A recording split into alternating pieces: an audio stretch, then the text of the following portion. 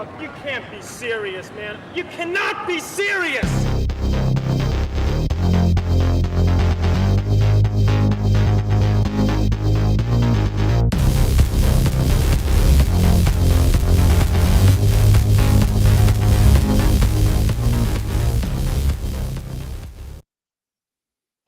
All right, here we are, the trifecta. Myself, Robert Phoenix, the great Dawg, and sandwiched right in the middle, gracing us with her presence once again. It's the great Gracey from North Astrology. What's going on, people? Thank you for having me. I'm excited. Yeah. Well, there's actually been kind of a request. When is she coming back on? Get Gracey back on. I'll be on the Monday that you wanted me to be back on, but it's actually Tuesday. We were communicating telepathically there for a while. But we got back on the same track. By the way, how is your dad doing? My dad's doing great. We did have to put my dog down, so it's a fair trade. I'd rather have my dad around any day. Our dog ended up having cancer all over her body, so it was great that she had a great life with us, and now we are on to a more peaceful household, but we miss her very much. So my dad had his back surgery, and I think it was from like a 1972. He got in an all body wreck where he just broke almost every bone in his body. And now at the age of 73, he's putting it back together. So no big deal. That's an intense journey right there. Mm-hmm. Absolutely. Wow. So we're just taking care of him one day at a time. Good news. Let's bring in the great Dawg. Dawg, have you ever broken any bones? I broke my thumb once giving my friend a high five. I high-fived him so hard that our hands hit. Then my hand ended up hitting a wall in like 5th grade. And I showed the teacher. I was like, hey, my thumb's all fucked up. And I'm like, hey, I got to go. And she's like, yeah, you got to go. You got a broken thumb. And that was the only time I've ever really officially broken anything. You know, random football injuries and things of that nature, but nothing broken besides that one thumb. How will you feel if you break one of Joe Rogan's bones? I would feel good generally, but I have a spiel. I have a very hardcore take on Rogan that I will discuss at some point tonight. We're gonna spotlight you tonight. Yeah, and you're gonna give us your Rogan take, and hopefully it has a little blood and guts in it. It has a little of that Dawg fire. I think it's gonna surpass your expectations because I don't think you're ready for this. You don't think I'm okay? So if I'm not ready for it, it means nobody else is ready for it. Correct. And so that's we're looking forward to that. Let's see, who do we have here in chat? We've got my man DJ MC Michael. What's going on, brother Mike? Jeff Rosen is back. Dory McLean is here. Vince Duggar. Hey, Vince, how are you? Shirley Lochavo. Shirley's from Baltimore. Of course, she's got the Go Ravens. Oh, man. Go Ravens. Let's see. WC Ray's in the house. Nora Rashid. We should have a guest appearance with Nora Rashid one of these nights. Nora's got some knowledge with astrology and sports. So let's see. What does she have here? What does she got? She's got 2 Capricorns, a Libra, a Virgo. I'm taking the purple Capricorn. He plays like a street fighter running uphill for his life. We'll talk about Lamar here. Let's see. Tondar asked a question. So did everyone lose the Bucks versus Lion feed in the second quarter? Did you guys watch that game at all? Did it go dark for you? I only watched the last 3 minutes. So yeah, I caught a little real little bit of that game. We got some Raven love here. The Ravens are going to be purple pain for the rest of the competition. Ooh, there we go. My guy, Axel, the history kid in San Antonio, or New Braunfels. Woohoo. I guess this is Axel's mom. Axel is so excited because Axel doesn't speak in third person. Axel, I think, is 11 now. Is so excited his Chiefs survived. So there you go. We have one Chiefs fan. This is great. There we go. Let's see. Who else do we have? This is what Tondar says about your high five, Al. For white people out there, always look at the elbow and you won't miss a high five. Solid tip. That's you got to try that out one of these days. Let's see. We got another Ravens lover, Harriet. Although I didn't miss, I hit it, but my high five was just so enthusiastic that, it That's an surpassed alpha his high hand five. and hit a wall. So Oh no, I'm frozen now. Let me refresh this thing. See what happens. Are we so moving? Rob, while you reboot, Yeah. Gracey, I'm gonna do one of your readings, Yes, I can't wait. the $88 option, and Perfect. I'm excited for that as well. My question for you is there a time period that like we'll get to talk about it via Zoom or something like that? Because I have some questions. I think my favorite way to do recordings these days is just record like an audio recording, send it out, let people kind of digest it as a podcast. That way they don't really interpret my words the wrong way. There's no really wrong way. I just like to give my voice a little bit more. And then the written stuff, I can always do written too. But I think my favorite thing in the world is catching up after Zoom. I like doing the blind reads. I like people telling me like nothing about themselves, as little about themselves as possible. And I think that's the beauty of astrology is, I mean, I've seen your chart a little bit before just because I think Rob pulled it up the first episode I was on and I already loved it. I was like, perfect. Virgo energy is some of my favorite. It's very intense. And I don't think a lot of people know how to deal with that mercurial intensity. And they can't if they're not intelligently able to keep up. Mm-hmm. So yeah, I'm really looking forward to your reading, and I'm looking forward to talking to it via Skype with you. So I'm not going to spoil anything. I'm not going to give you any preconceived notions or energy. No, just a Joe Rogan rant. That's it. I'm only going to get your anger tonight. I will know nothing else. All right. This is going to be good. You guys aren't ready for this. It's deeper than rap. I'll just say that. Yes, Deeper I can see that. That's not saying much, actually. Well, all I'm saying is it's real. That's what I'm trying to say. Absolutely. That expression. Realer than rap. I like my music without an agenda, so that's kind of where I'm at these days. Nice.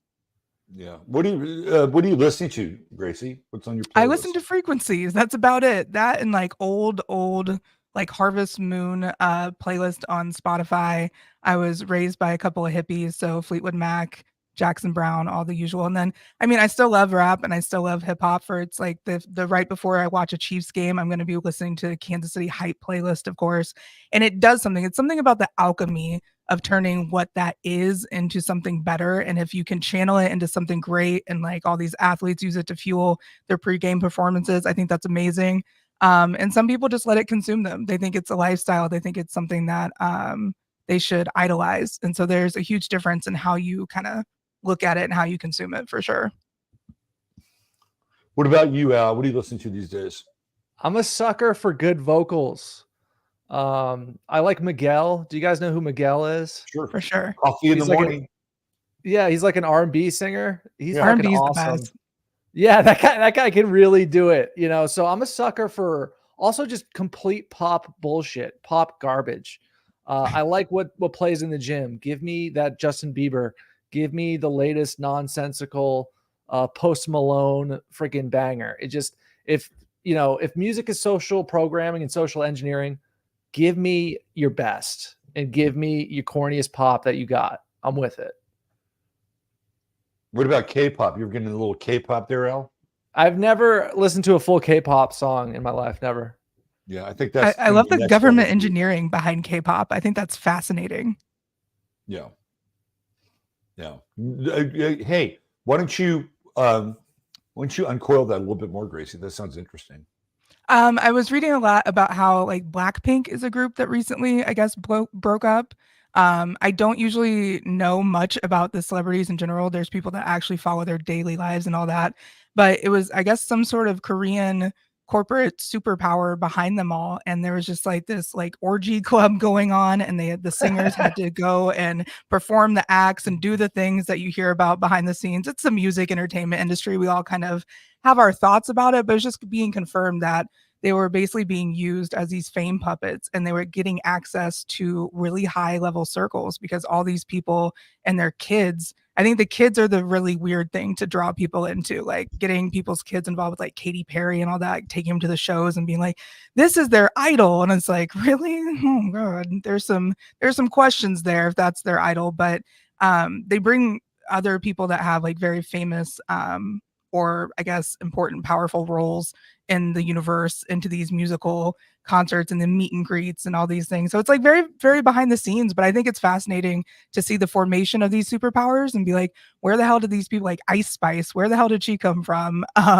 Where did Right. this sexy red come from? And now she's everywhere. You know, there's just so many different things about where these industry plants come from. And really, if they're an artist and they just kind of happen to get sucked into I guess rising to the top as soon as possible, then, you know, there's your answer right there. But I just think it's fascinating how these people rise to fame.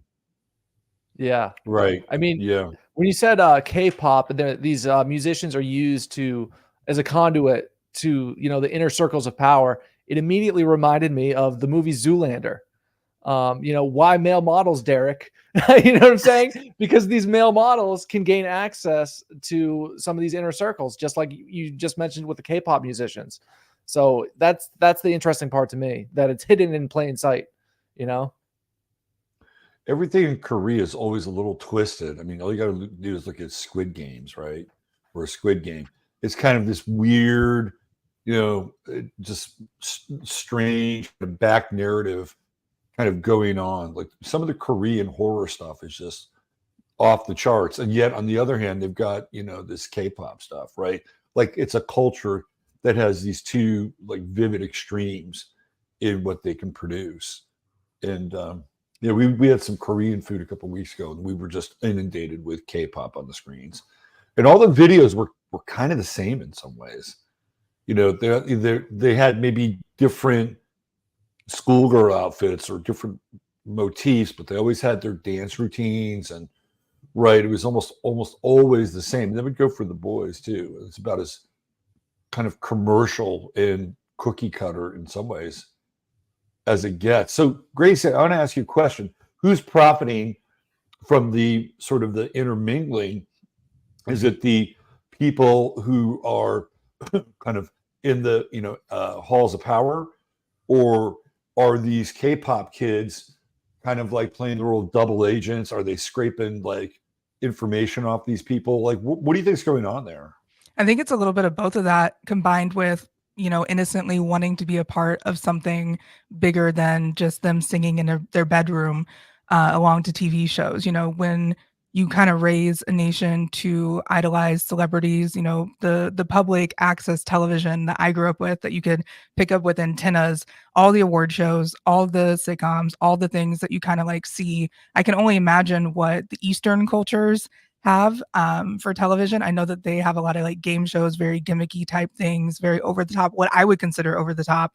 When you watch Univision, it's so over the top, and you would think that people would be like, this isn't real.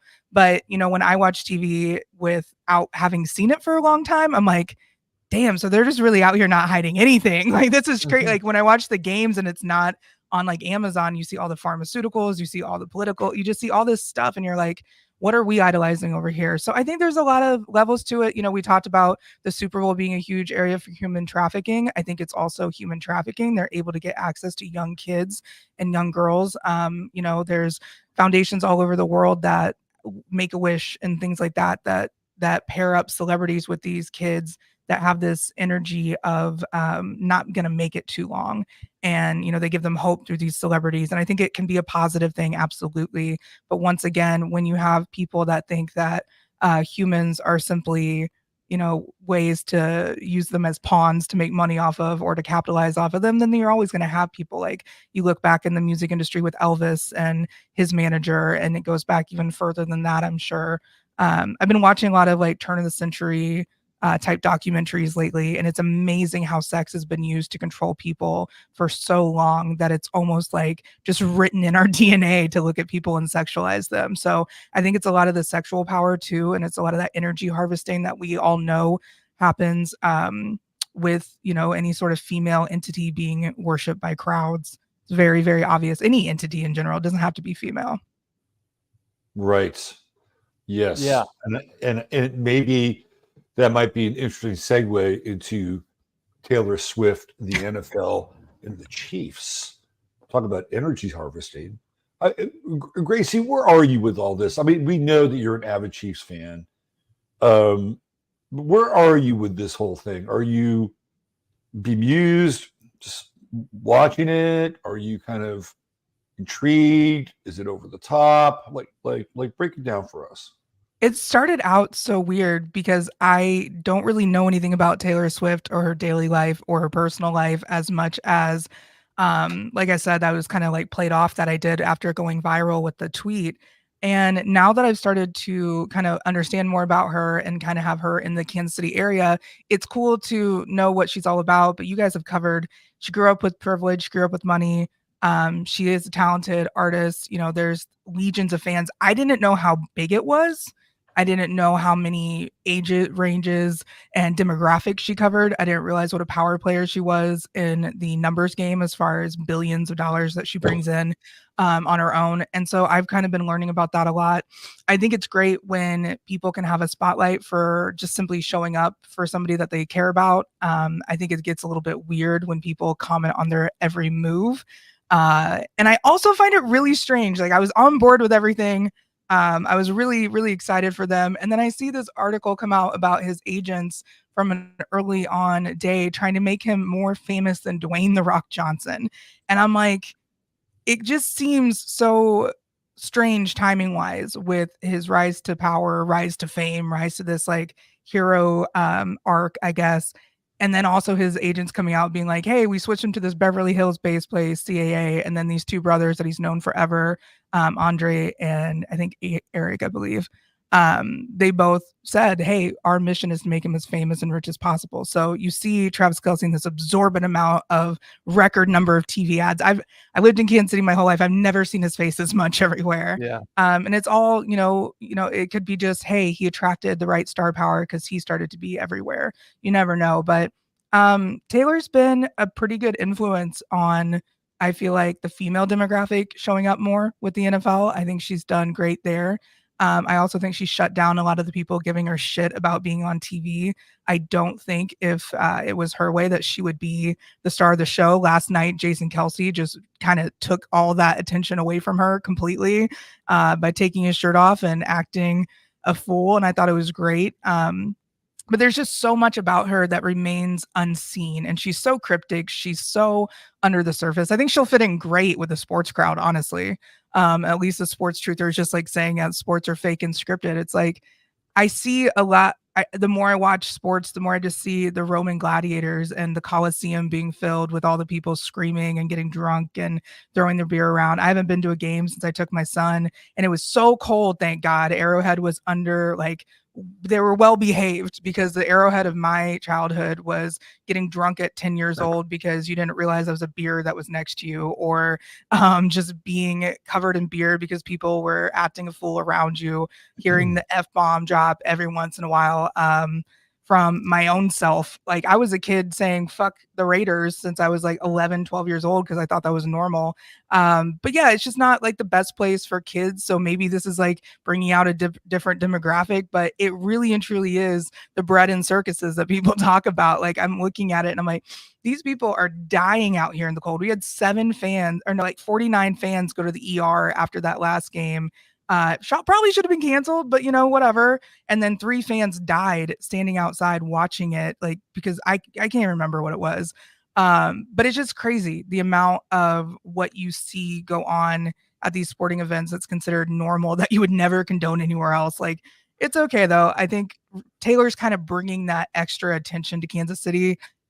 We have a lot of great things going on right now, and it has nothing to do with Taylor Swift. So if she can help boost our economy, I'm all for it. I work in retail fuel site development, so we're getting a lot more business up north of the river because of all the new developments. And if Kansas City can use her spotlight as a way to gain more attention on our booming economy and opportunities here, I'm with it. But if it just continues to be a complete circus, then I would just like it to just kind of be less important as a headline. That's all. Yeah. Al, Jared says professional sports are fake and scripted. Look at the colors of the last few Super Bowl logos. Come on, guys. Al, what do you have to say to that comment? We absolutely have to go over this whole Super Bowl logo thing. So we've been talking about this for weeks now. This is like it's mind blowing though. We have to mention it though in context. Do you know about this, Gracie? Yeah, the graphic. Okay. Yeah.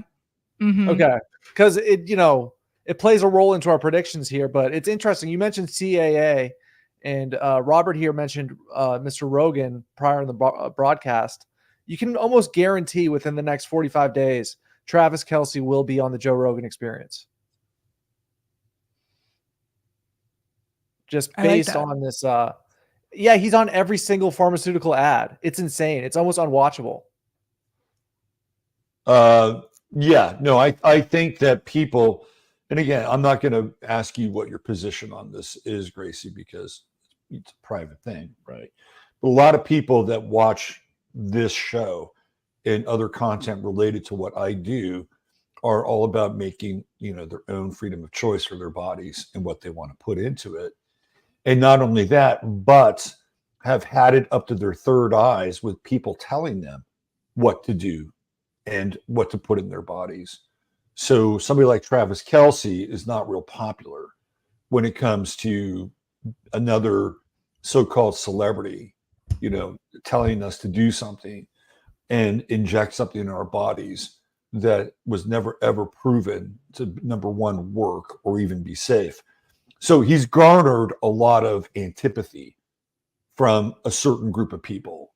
And then when it's gratuitous like that, it's even worse. So it was good. It was a good thing he scored a couple touchdowns yesterday. Because his ass was kind of on the line, I think. I agree. A lot of people have been saying that Taylor's the reason for his downfall and all this other stuff. And I'm like, look, I think it's because we need to face it. He's getting older. I guess one of the sideline reporters said that he's going to retire after this year. We still have him through contract, I believe, through 2026. So I don't believe he's going to be retiring. I think he's going to give that limelight to Jason. But, he is getting older. He has had multiple shoulder surgeries. He's gotten some things out of his system. But I feel like we need to be a little bit more honest with ourselves and say he's getting older as a tight end for sure. It's okay for them to age. Did you see the story that broke last week where these women, I think they were with either the Department of Defense or the CIA, where it was a meeting where they were promoting Taylor Swift as a social engineer influencer. Did you see that? No, I didn't. Wow. Oh, that was a big story that broke last week. That was very interesting. Like they were making this presentation, and these were not fangirls, right? These were contractors in the intelligence agency, and they actually had video of them promoting her as a potential social influencer for engineering how people would react and respond to things. I think And it was once like, you start seeing them show up with the politicians and start, doing the little song and dance, you just know that they're already in the CIA's pockets. I wouldn't doubt that for a minute that they haven't approached that camp and been like, hey, look, we can government money doesn't run out, so they can make all sorts of things happen with her. right. Did you see that, Al? Did you see that story? I did not see that, but I got to ask you guys, what do you think is the end game then of the Taylor Swift operation? What effect do you think she's having on young women? What's the goal here? What do you guys think? I think Gracey should answer that one. I do believe that there is not, I wouldn't say a feminist agenda of sorts. There is her Sagittarius energy comes out so much. She's very much this big, willful. It's very much, I don't know how to say that. I grew up around a lot of privileged people. I'll just put it this way. And it's very much this you can do anything attitude. And it's this very much this positive mindset. And it's this transformation through owning your darkness, which I think is great for a lot of people. Her music is something that can help them get out of things. Her music is also something that can keep you in that sadness. Her music is something that can help women find themselves and realize, hey, we've all been going through these same emotions. Maybe we should do something about it. I just don't really know the direction that it's going to be in the future. When it's kind of funny watching Sierra's career because of Russell Wilson. She went from Future to Russell Wilson. And she's still making the same music. She's still making the same thirsty girl music. She's still got her ass out. She's still half naked all the time. And with Taylor, she's been this showman for so long and she's grown up in the spotlight pretty much. So it's like her in game. I don't know if it's something along the lines of, becoming softer and embracing that feminine more and not being so much a cat lady. We've definitely had that like single girl mentality for a long time. I'll just stay at home and get old with my cats.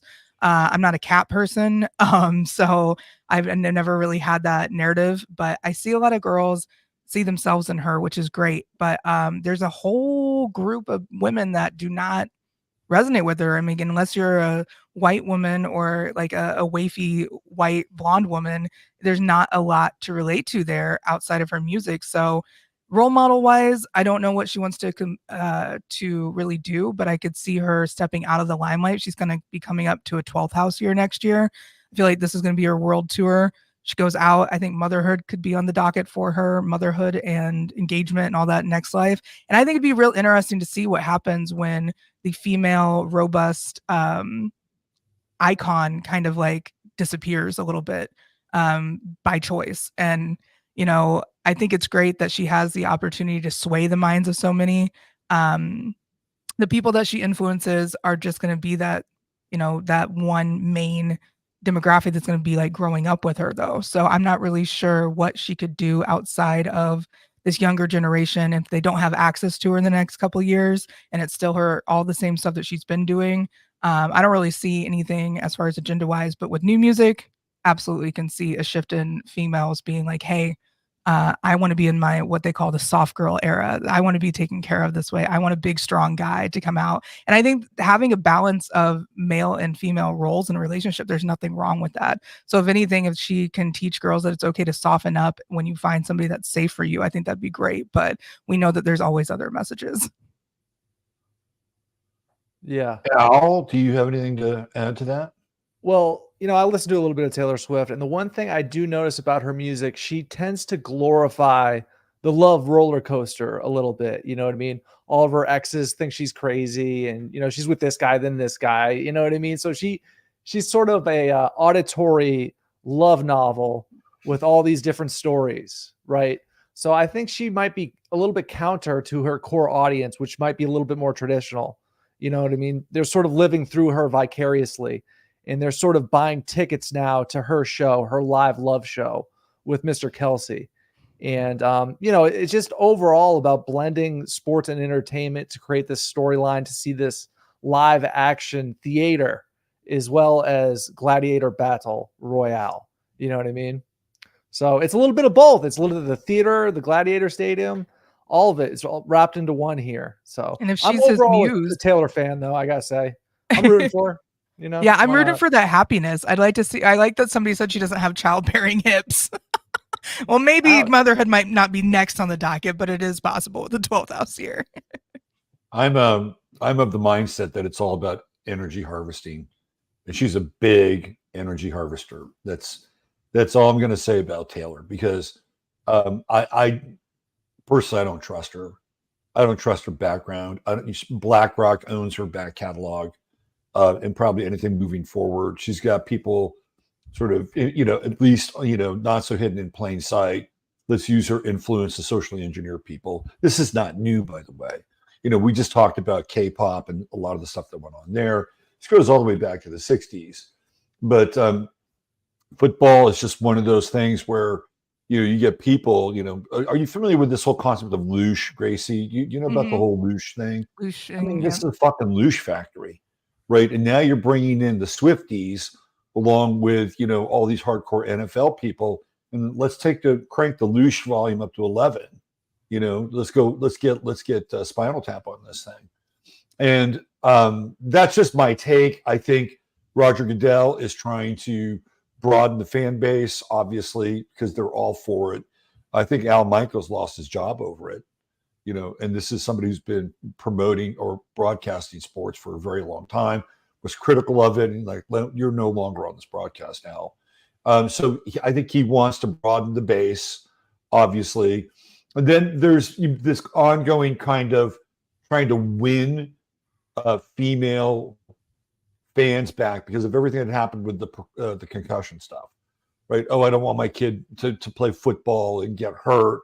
So in order to keep the sort of the trust, right, or the good faith going, I think this is another part of the NFL, which is like, well, we got to win the moms back or the young moms back, because we need their kids to play the game, play high school football. So I think a lot of this is very strategic and very agenda based. And I don't know if their relationship is real or not. It doesn't feel real to me.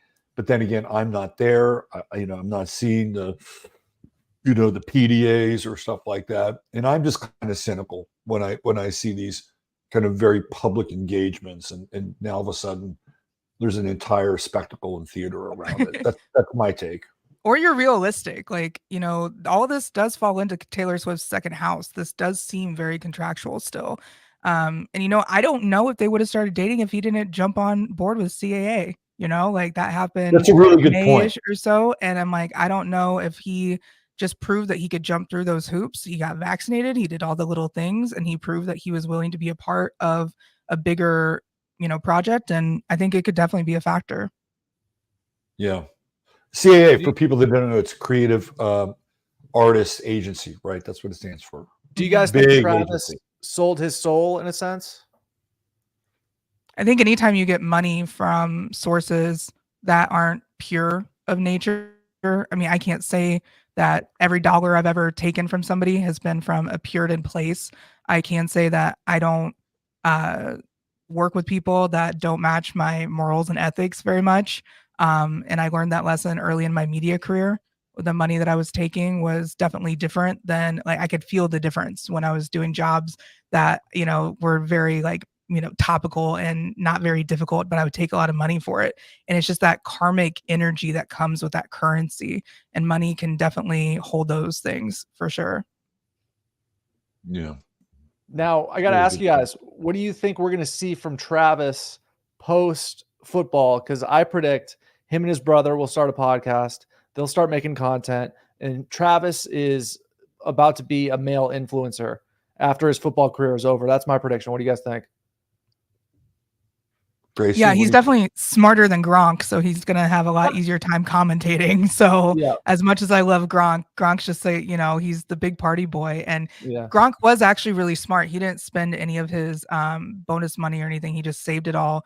Or I think he saved all of his checks and only spent his bonus money when he was playing. So he's definitely not as dumb as people think. But I think he would be great as a commentator. And I think the podcast route is really easy for him. I think fashion would be a no-brainer.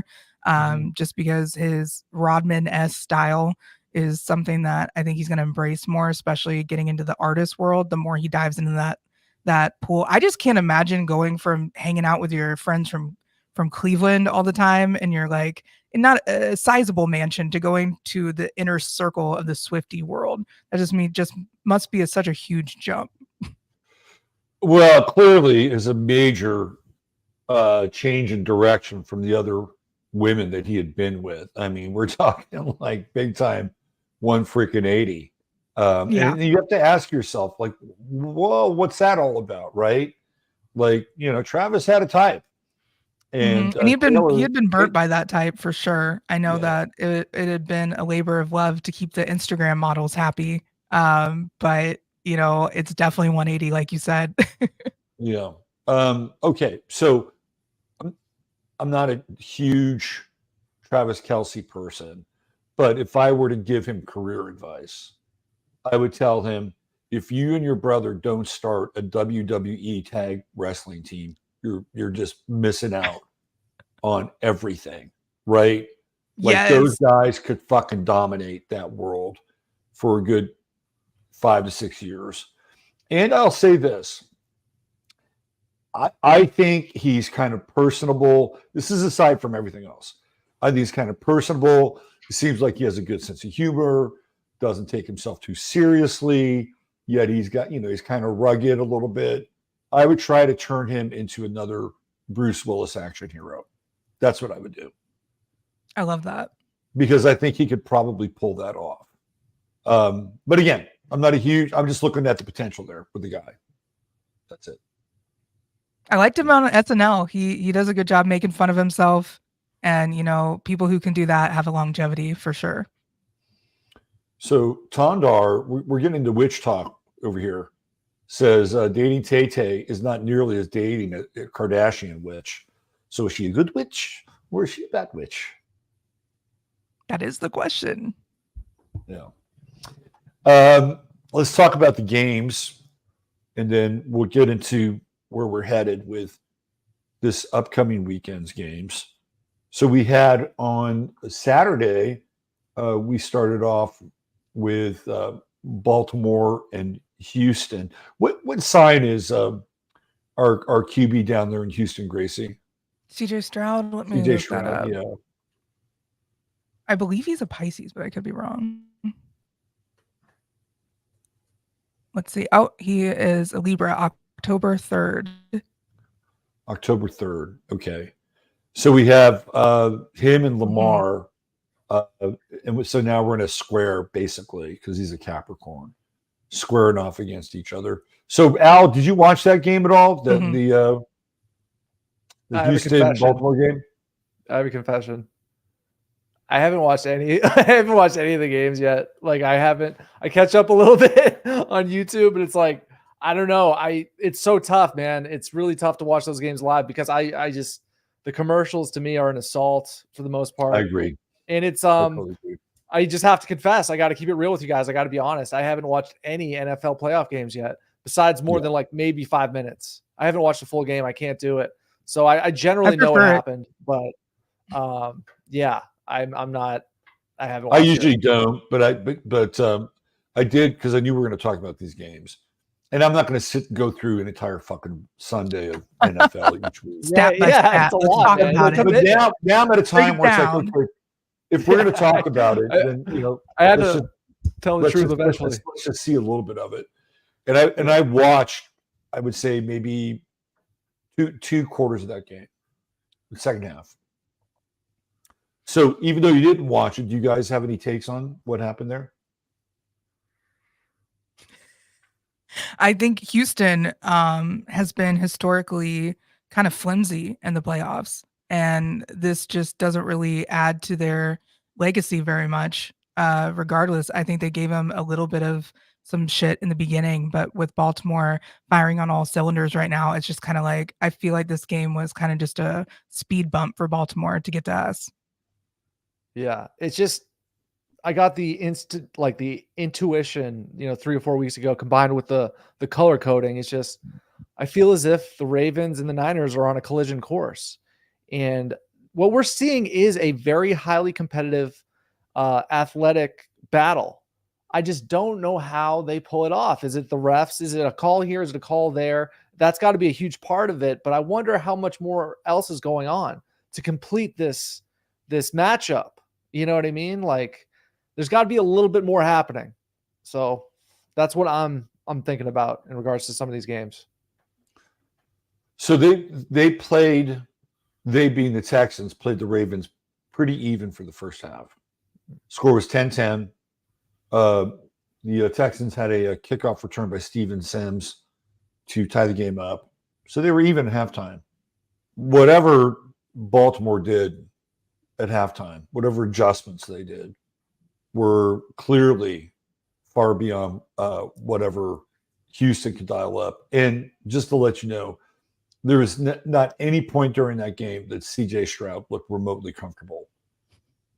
He was throwing off his back foot almost the entire game. And then Lamar Jackson, Mr. Capricorn, was, he was on his game. He ran when he needed to, popped off big runs. Just for me personally, Lamar Jackson has really surprised me as a player. I did not think he was going to be this good coming out of Louisville. I thought that he would struggle. And at times he kind of has, but I think he's gone way beyond what I thought he could do as a quarterback. What are your guys' thoughts on Lamar Jackson? It's looking like he's going to have a Hall of Fame career. Always been to me. Yeah, exactly. I think he's gonna be great. I just also, when you look at, I've been in so much cahoots with Baltimore fans being like, I would always choose Mahomes over Jackson every time, and they get mad at me for saying that, but I would. He's great, but it's like watching this game is gonna be really fun. That's all I'll say for now. But like, I think Lamar Jackson's gonna have an incredible career, and I think this could be a really troublesome game for the Chiefs. Yeah. What do you it'll be fun to watch. I'll watch this one. Did you ever see Lamar Jackson when he played at Louisville at all? Did you? Hmm. I did, yeah. Yeah. Okay.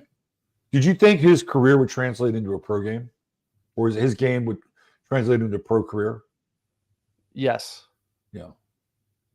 Yeah, I was covering the wasn't Big so sure. 12 when he was in college, so it was fun to see that because I think that he was so fun to watch. He's just very physical, and he's able to see the field a lot different. And that's why I think it's going to be fun to watch Mahomes and him, the two young quarterbacks. They both have great eyes, and they're both so football smart, and it's just so natural for them. So this is an astrology question. You should probably be able to get this. What do all four quarterbacks in this weekend's games have in common? Got Capricorn, we got Virgo, and then what's on Detroit and their Think Pluto. Think Pluto. all Pluto in Sagittarius. There we go. They're all I'm like, Gen hold Z. on. This is all. They're The all 90s Gen Z confused figures. me because I think they were only like 20 years ago still. So I'm getting there. Yeah. Yeah. Kind of amazing, right? All the quarterbacks, no millennials. I think Baker might even be Gen Z if I'm not mistaken. Mhm. But there's no millennials here. Clearly, I think Aaron Rodgers is technically a millennial. He's around 37, right? So Mhm. that would be Pluto and Scorpio. And so really, it's like the passing of the torch in a lot of ways. And the NFL is going to be dominated by Gen Z now for the next decade or so.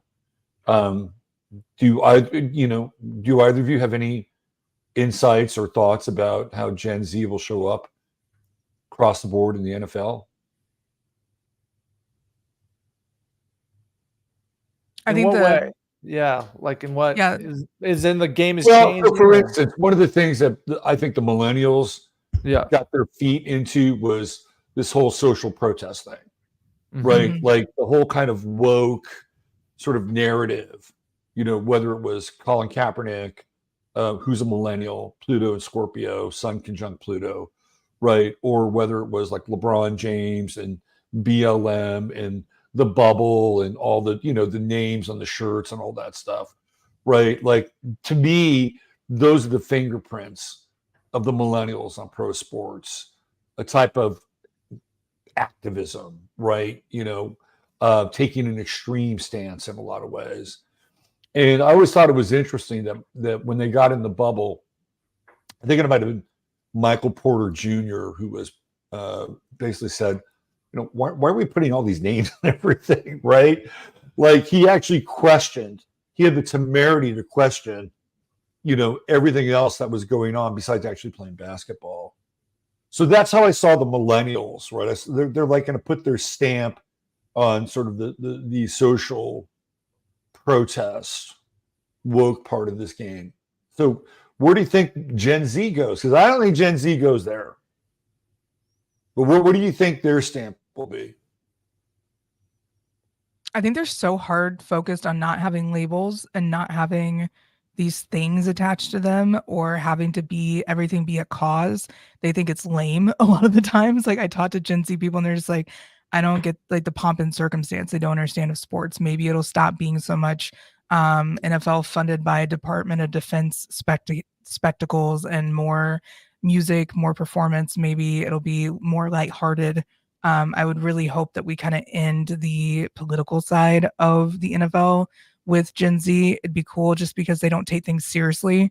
Pluto and Sagittarius, I would think, would want to transform and radicalize things with humor, but that could just be the hopeful part of me thinking that, even with Mahomes coming to Kansas City, while yes, they were very forward-thinking organization at its foundation, and yes, we had many people of all walks of life on their team, and Kansas City was known for that. Carl Peterson and the Reign of Terror, so much is what we called it, really brought in this narrow-minded, kind of racist attitude against people. It's like, you don't need that. You just need a sandwich tray before you go out to play a game. You don't need all this stuff. Like he was very much a cold, ruthless leader. They really didn't like anyone with any sort of tumultuous past. So when the new front ownership started taking on guys like Tyreek Hill, And it was after, the 2012 incident with Javon Belcher in with the parking lot. The Gen Z people weren't the kids raised going to the games in Arrowhead. They're not used to the tough cold. Like, they're not used to all these like rough conditions to go watch a game. They just want to go and take pictures and have a good time. So I don't think it's going to be, the NFL is not going to look like the same product after Pluto leaves Aquarius. I think we're going to have a lot of more fairness especially for the players. And I think the people that needed the healthcare the most are these former players that end up broke and homeless and with all these injuries and problems and medical bills. So I think a lot of the power is going to go back to the people with the NFL, and Gen Z has a huge chance of shaping that and getting what they actually deserve as being athletes with this organization, for sure. Yeah. I think it'll be more individualistic, a little bit more professional, and we'll see a very strong relationship with technology with Gen Z athletes. If you're a Gen Z, freshman basketball, football player, soccer player, women's sports, you get your YouTube channel going, you get your Instagram going, you build your brand. That's like move number one. And they're all going to be doing that, all of them across the board. And I think there's going to be more of a me attitude because fuck the team. I can switch teams in college, right? And what that's going to do, in my view, is actually going to destroy a lot of rivalry and destroy a lot of tradition because it's going to get dissolved over time. Like what we saw with the NBA and free agency, we're starting to see that now with college football. These guys switching teams all the time. So it's going to be more individualistic, more professional, and it's going to be a springboard for a lot of their business ventures that will be having to do with sports, but might not have to be confined to the world of sports. I'm with Vince on this. I think the future of football is we're getting close to being on the other side of the hill with it. And I think full contact will more. I agree with him. Yeah, it's going to look like the Pro Bowl. Yeah, I mean they're pushing it in the Pro Bowl. You're watching commercials that are promoting it during games. Right. Everybody gets to play, right? And to me, this is much more Aquarian than what we've been going through.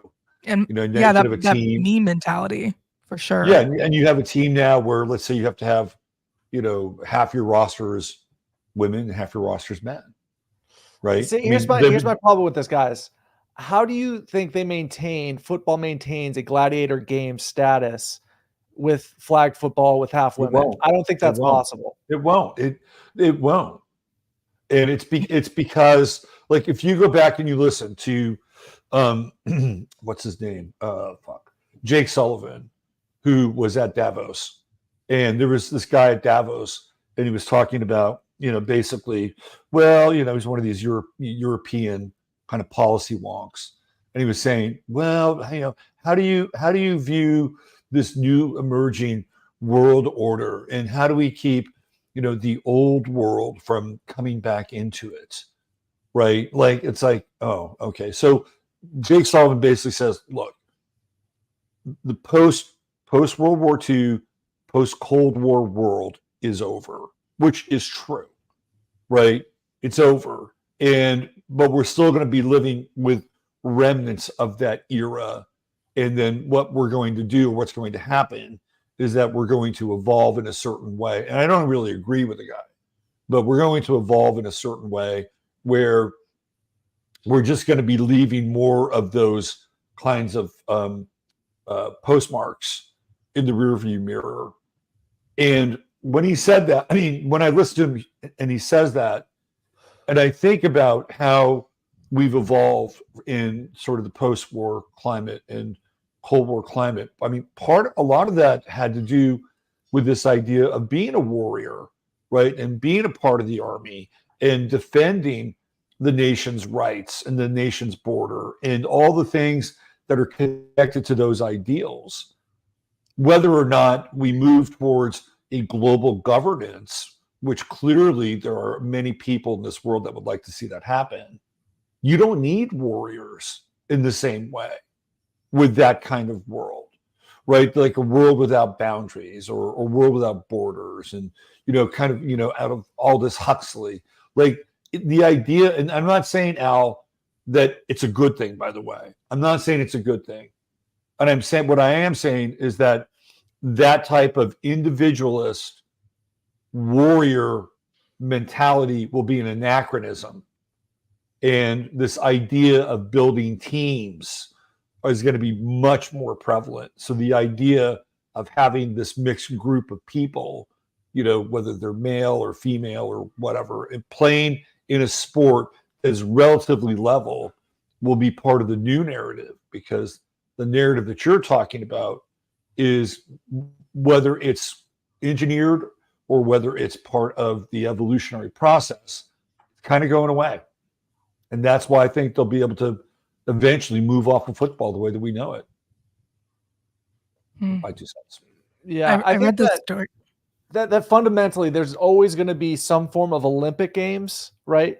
And by that I mean who can run the fastest, you know what I mean? Who can throw the furthest, swim, just the eternal Olympic games. I think that will always exist. And on the other hand, there will always be an eternal form of gladiator games. And if football becomes less violent, right, progressively over the time, I think we can expect things like the UFC to become more violent and more prevalent. Okay, because there is that human desire for violence. That's why the people are in the stadium. It's for the violence. If the violence is gone, the fans are gone. So it's like, as football becomes less violent, will it become less popular? I'm not so sure, because it's such a huge fucking part of our culture now. And we're seeing an expansion of football more than anything, with the NCAA becoming professional. And now we're going to have USFL in the spring. We're going to have year-round football. Okay. And it quenches the public's thirst for violence and carnage. You know what I'm saying? As fucked up as that is, that's what I see there. So I see what you're saying, though, man, because I can't deny the fact that there's a women's football coach in the NFL. She's a running backs coach for the Commanders, something like that. I can't deny the fact that there's more and more women referees. I personally think it's just so unsafe and irresponsible if they're going to try to get women on the football field. I think that'll backfire. And, you know, I think I don't think we'll see that. I don't think we'll see women boxers either, boxing men, because we see it a little bit with the transgender thing, and it's preposterous. It's just preposterous. You know what I mean? So that's my take on that. Yeah. Vince agreed with you about the bloodletting. I do too. Mm-hmm. There usually has to be at least some form of spectacle where, you know, there's this kind of I don't know, psycho-emotional exorcism that needs to take place, right? You know. Yeah, it's like a release. Yeah, and we don't really pressure release. We don't have that much anymore. You know, as much as I like to study history and look at history, it's like death and killing people used to just be available on the street corner. Like we live in such a society now where people aren't exposed to this. Even teaching my kids about death this last week, about, you know, we've had dogs die, of course, in the family before, but it's like, it's such a thing that people don't really think about. They just think of this violence, and it's like, it is fun. It is satiating for them while they're, I mean, I would be lying if I said I didn't laugh at people falling down before and think that was funny and entertaining. You know, it's just like, there's such a mind numbing level of what the NFL provides, and it really just puts everybody on the same frequency. It puts everybody at a depletion the next day, because you spent all your energy rooting for this team instead of doing something for yourself. Just like Robert was talking about the looshing, the energy looshing, it's very much, it seems like we're just the little guinea pigs if you really pay attention to it all so much. So I don't know how much. I remember reading a story, Harrison Bergeron, when I was growing up, and it was about these people who were all so great that they had to have these built-in handicaps. The government made them carry around lead bags of weight to make them equal to weaker people, so that way everyone was on this equal playing field. And after a certain amount of time, we're going to have to start admitting certain people are better at playing sports than others. It's okay. Genetically speaking, some people have a longer arms and bigger hands, and you know, there's people that have that in their blood, and there's people that aren't going to be the gladiators this time around, and that's okay too. You might be a spectator, but I think we have to be okay with not everyone being equal, and that's the way that we can save sports. Is like, hey, this person might get ran over this play, but it's not going to happen the next one. Like, it's not just this continual barrage of violence. You know, they need to draw the line at certain points, because I think Tom Brady helped numbify the league to things like you can't touch him because you'll hurt Tom Brady. It's like, then he comes back and says, hey, this sport's boring to watch now. It's Right. just He's funny one to helped see create that. it. Yeah. Yeah, it's like Yeah. you soften the sport up. What are you talking about? But Right. He didn't say much about it then, did he? No. no, sure didn't. But I'm all Yeah. for, giving people as much steroids as they want, get out there and get them all jacked up. And if that's what they want to do, autonomy of your body in all areas, whatever you want to put into it, it's up to you. That's how I feel about a lot of things. And I don't like being told what to do. I can't imagine an athlete that's trained at that level being told you need to stop being so rough on these people like that. What is the point of the sport then? I grew up watching rugby and being surrounded by that. So I say if we can make rugby our main sport, then everyone would be happy. Yeah, rugby, you get the same kind of action with football tackling, but you have to tackle better. There's no headgear like yeah. Then there's football. blood everywhere, so people have to get used to that real quick. Like, yeah.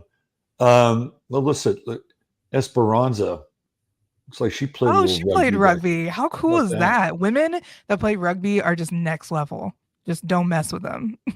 Yeah, for sure. Okay, so real quick, we'll get back to the NFL. But we've got all these virtual games now. Where people can work all this out, on a holodeck somewhere or online against other people somewhere else in another part of the world. And a lot of times these games are quite violent. And you can have a very unreal relationship with death because you just reboot and come back again and again and again. So what are your thoughts on that as we move into Pluto and Aquarius, right? Where everything gets like more virtual and online. And it seems like there's a whole new frontier out here for sport to exist in a way that it never existed before. Well, it's definitely a new frontier. Yeah. So, you mentioned basically video games is what you're talking about, right? Virtual games. Well, just as a base, yeah, that's what we're familiar with. What might be developed five years from now or 10 years from now may be very different with maybe a few things that might look familiar to us, like fully submersive VR environments, not this Facebook, meta bullshit. Yeah. Right. Like hardcore, that you are the player, right? Like that kind of transference. Okay, so it's like you got like your virtual reality like headset, and you're like basically in a football game, sort of. Or whatever. It could be whatever. Yeah. Well, the first thing I thought of when you kind of mentioned virtual games, I thought of video games. I thought of Call of Duty, which is probably the most dominant video game of the last decade, maybe 2 decades at this point. Call of Duty is a first-person shooter. It's a shoot 'em up, and you shoot people and you regenerate, and it's primarily military based. They have a few spin-offs, but that game, it's a military recruitment apparatus. You know what I'm saying? Like, there's a reason why it's the most popular every year. What's the second most popular game every year? Madden football. So we got Call of Duty and we got Madden. What do those two games do? They both blur the lines between reality and a game, especially with Call of Duty. Because you're just shooting people up and you come back and you're fine. Something like Grand Theft Auto 6 is going to be the biggest video game ever. You're going out, you're shooting people, there's no consequences. It blurs the line, especially for people who are sort of weak-minded and maybe they just play over and over and over again. It's going to distort your reality. So, right. That's just the general theme I see with the video games, that people pretend like, oh, it doesn't have an effect on you. Oh, it'll have an effect on this population for sure. You know what I mean? There's going to be an addictive quality. Those games are very, very addictive. I've been there. I've been addicted to those games. So yeah, that's what I think about that. And yeah, it's overall pretty bad. The amount, the power. It just feels to me like there's a major shift in the landscape coming with everything across the board. And sports is on the table with it. Right, it's not immune to these major cultural shifts, and even when we get into Saturn, Neptune, when it moves into Aries, which is the sign of the warrior, right? That's a major transit. It's a huge transit. Yeah, and I'm not even sure we can really comprehend that right now. No, the last time that happened with Neptune shifting to Aries was when the Civil War broke out. Correct. That's right. It was the day that Fort Sumter fell. was when Neptune went into Aries. So I brought this up last night, Gracey.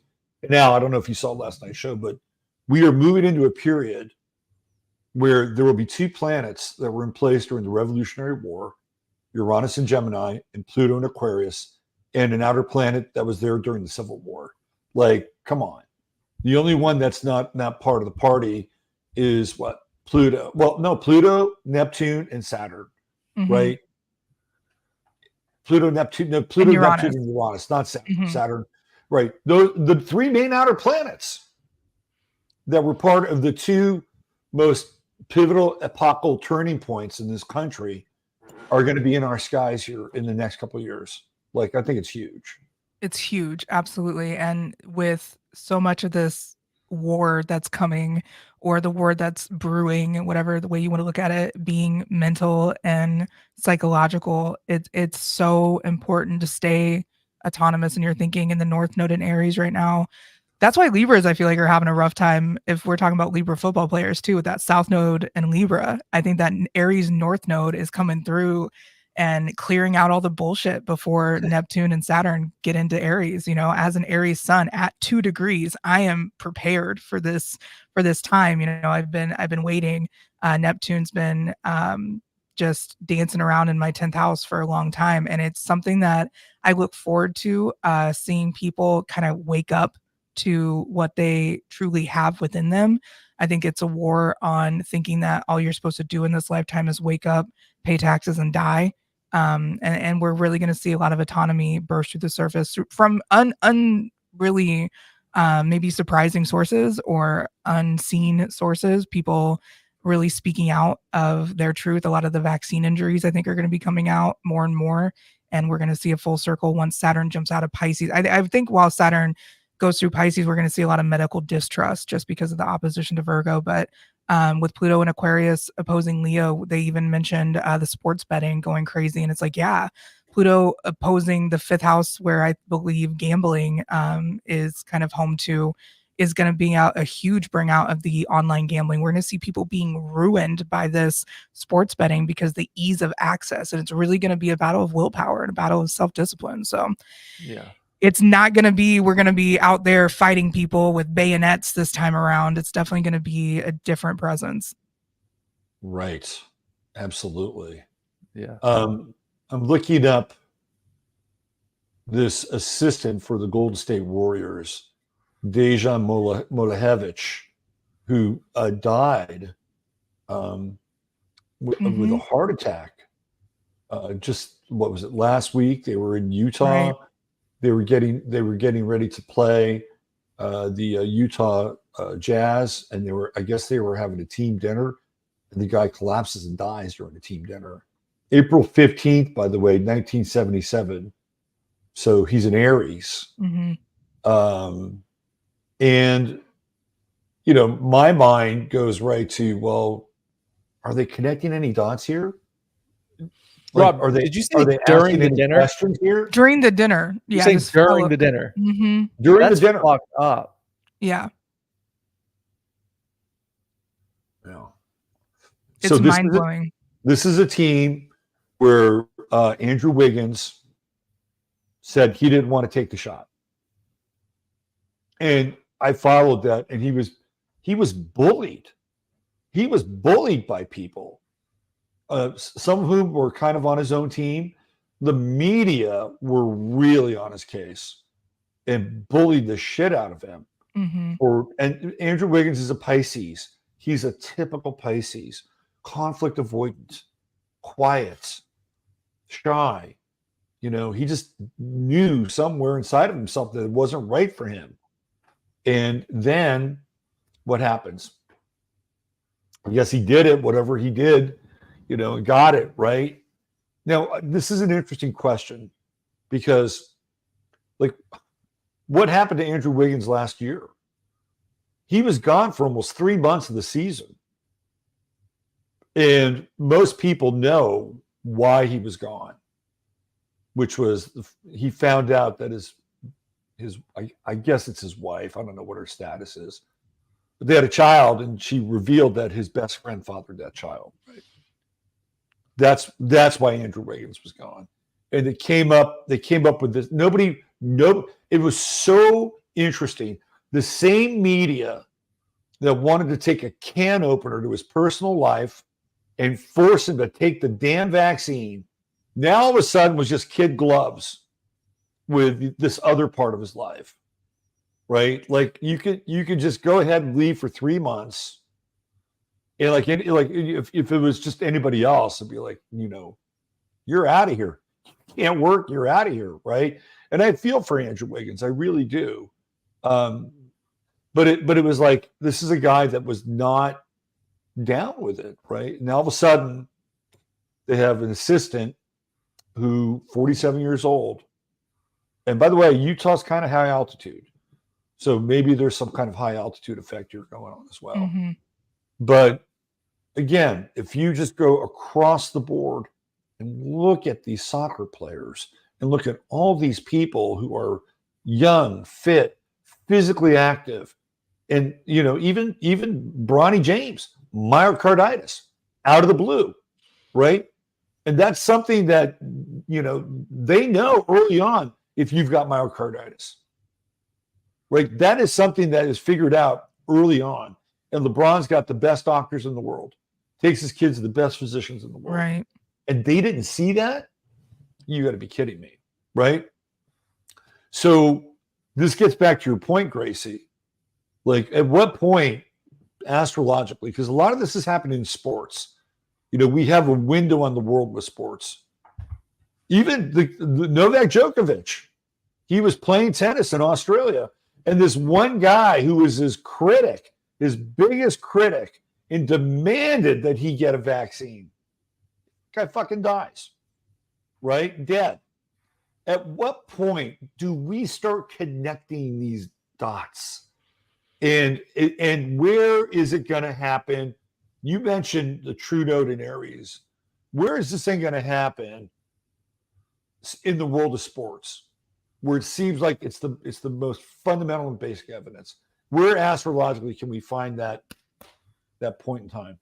I mean, I thought we were going to see it when Damar Hamlin just died on the field in front of us, and the whole world saw that, and that didn't happen then. People were just like, no, this is definitely something that happened, and it was just very, very mild, no big deal. I really hope that when Pluto kind of squares some things, and we might see, I think, some Venus aspects we might see. Venus and Pluto have a really good way of sweeping through things. I really think that Saturn going through the final degrees of Pisces too is going to be really helpful. Neptune being there, I call them the death degrees. Neptune being there now is really breaking up the rose-colored glasses fog that has just been in the music industry, entertainment industry, and it's lifting this cloud, and people are starting to see it for what it is. I think a lot of people have stopped the celebrity worship culture as much. I mean, even not, I guess, buying into the alcohol business as like Gen Z is doing. Gen Z is single-handedly making the alcohol corporations be like, what the hell are we going to do? $1 margaritas is not working on Gen Z. So they have to find something else. And if sports are not going to do it because they're not really, worth anything anymore, it's going to have to be people coming out and telling their stories. I know Ricky Williams has done that in the past, talking about how everything was fixed and rigged. I think it's going to take players that have nothing to lose because the NFL doesn't give them anything afterwards, coming out and saying things against the NFL. Maybe top level executives getting tired of the power being shifted so much in the front offices come out and they do anonymous reports. I know that there's got to be some truth telling happening with Pluto and Aquarius, and with Uranus and Gemini, you're going to see the most word vomit coming from people that you don't even want to hear from. It's going to be like Jada Pinkett Smith telling people about her life. No one wants to hear about it anymore. We're all tired and she just needs to be quiet. So it's just like, we're going to hear so much chatter and so much noise. It's going to be up to us to kind of discern that. Or what if like a very, very close virtual facsimile of Jada Pinkett Smith started talking about her life, and then the other Jada Pinkett Smith gets into a beef with the virtual Jada Pinkett Smith, right? Sounds like a personal hell. Weird. Yes. It's going to get fucking weird. So, Al, did you see the Buffalo game at all? Hamlin was actually in the game. Did you see that, Al? I did not see that. That's a fucking shocking plot twist. What was that? He was in the game. Was he playing? He was out there tackling people, just like What? left They and gave right. him a carry at running back. Yeah, he was in special teams. It was That's the crazy. most bizarre thing. Did he play well? Yeah, Wow. it was just like I was not expect. I'm like, there's no way he's out there right now. Like after That's his, bizarre. and then at the Super Bowl last year, he was sitting next to Donna Kelsey with his weird Jesus jean jacket on. So I'm just like, I don't know what role he played in this year's. I guess it's the quick turnaround showing that he's still alive and well. I have no idea, but what a weird story. That's insanely bizarre because I heard no hype prior. I heard that I didn't hear about that prior. Did you guys hear about that prior? Like that was going to happen? That was going to be a thing? I don't know if he has been playing. I thought that his coming back was always going to be discussed or talked about at a certain point. Yeah. But I had no. Then I remember he rejoined the team, but I don't follow the Bills all that much, so I don't know what his. So I got to ask you guys the follow up. Do you think it was actually him?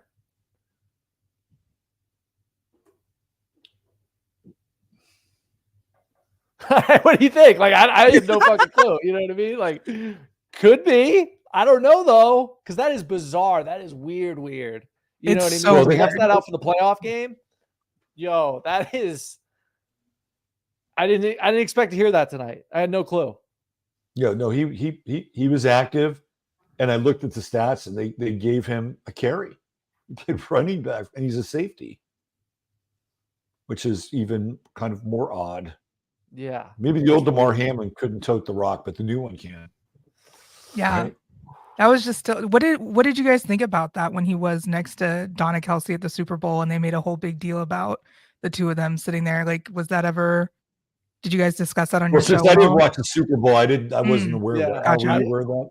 I didn't really pay attention to sports that much last year. Like I always play sports. I keep active in my own personal life, but I didn't really pay too much attention to it. I got another confession to make. You know, you mentioned the gambling thing.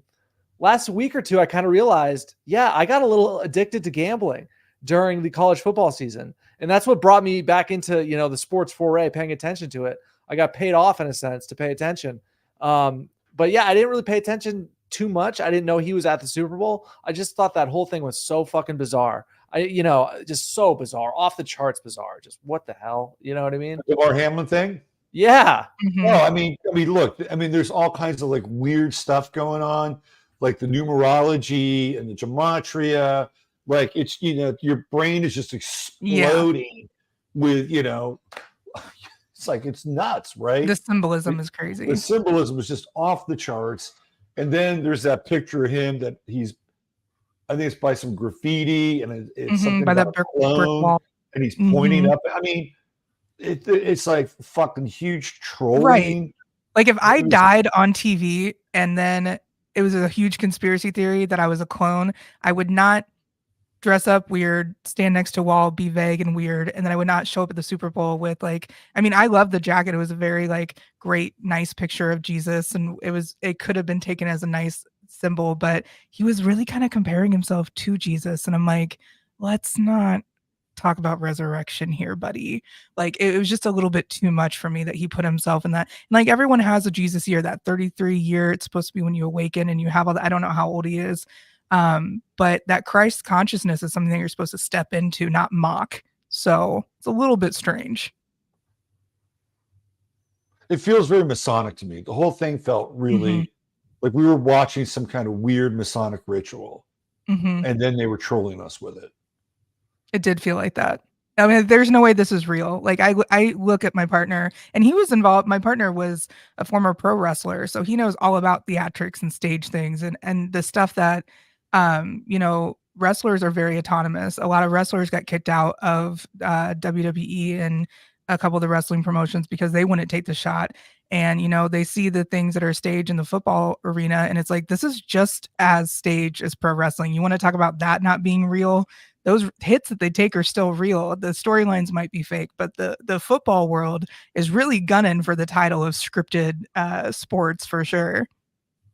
Yeah. There's a clip. Do you guys remember Doug Baldwin, who played for the Seattle Seahawks, wide receiver? There's a clip with Doug Baldwin where he catches the ball and he sees the defender coming towards him and he goes like this, which means the defender is supposed to hit the ground before Baldwin gets to him. It was really interesting. Like just, you know, he goes, and he's in a play. You know, he's in a play. Like when you're in a play, you just want to get to the fucking end zone. Mhm. Apparently, he's really in a play.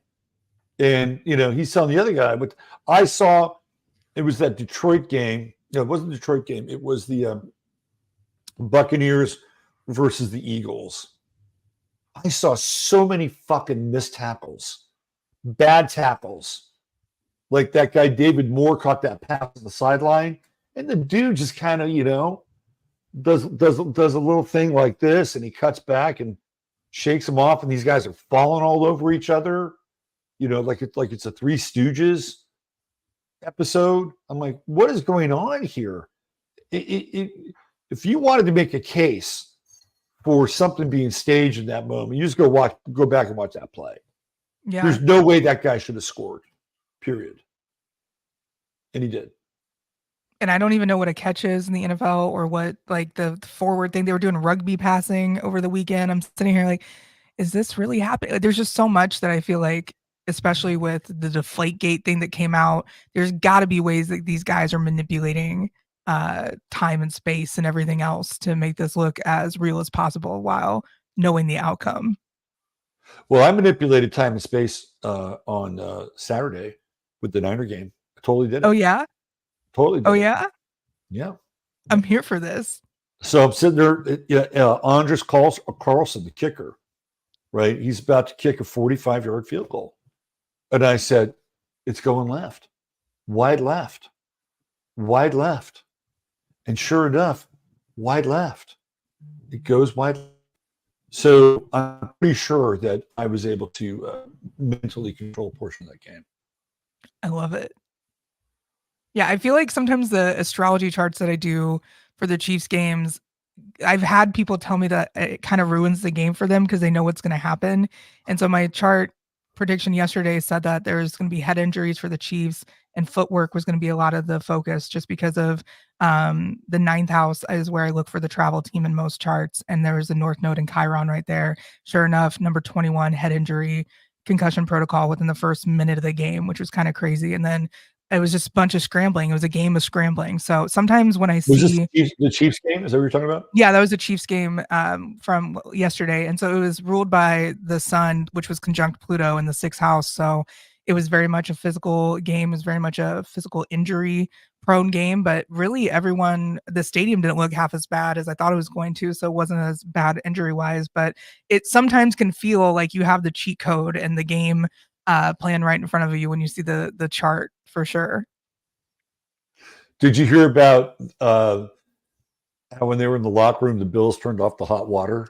Yeah, and then the Bills said that they didn't do that. I'm like, guys, that sounds exactly like something that would happen there.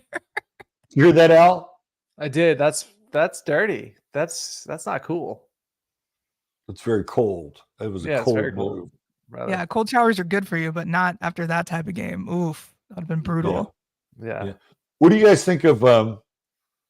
There was a comment there about magnetic gloves with the ball. What do you think about that?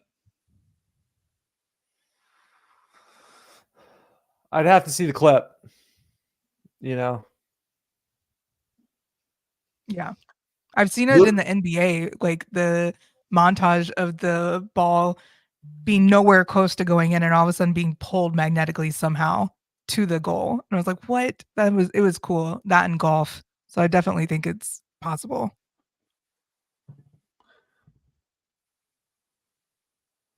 That shot by Kawhi Leonard in the playoffs against the Sixers. Remember that? He's at the baseline. He's falling out of bounds. And the ball just goes, dude. It's like there forever. He's like, we're not letting this thing get out of here. Right? It is coming in this cylinder no matter what. Did you see that, Al? I did see that, yeah. That was a feat of physics, if I've ever seen one. That's one way of putting it. Mm-hmm. All right, let's talk about, I'm going to bring up the chart for this coming week, the Saturday games. Let me see, where is it? Did I pull it off the screen? Let me go onto my screen. Al, are you getting ready for your Yeah, I can do that whenever. Rogan piece here? You want me to go off on Rogan? That can be done. Why don't we do that? Let's focus on you, Mr. Dawg. All right, cool. And you guys are give gonna me pull 1 second. Hold on. We have to give you a solo view there. So Al, let's hear what you have to say about this Joe Rogan thing. Let's talk about Joe. All right. So last week, challenged Joe to a fight. I'd like to take a step back. Let's take it back to like 2014. All my friends, all my roommates rather, they think Joe Rogan's the funniest thing in the world. They think his stand-up is hilarious. I didn't think it was funny at all. I didn't like it. And I just didn't understand what they found so humorous about it.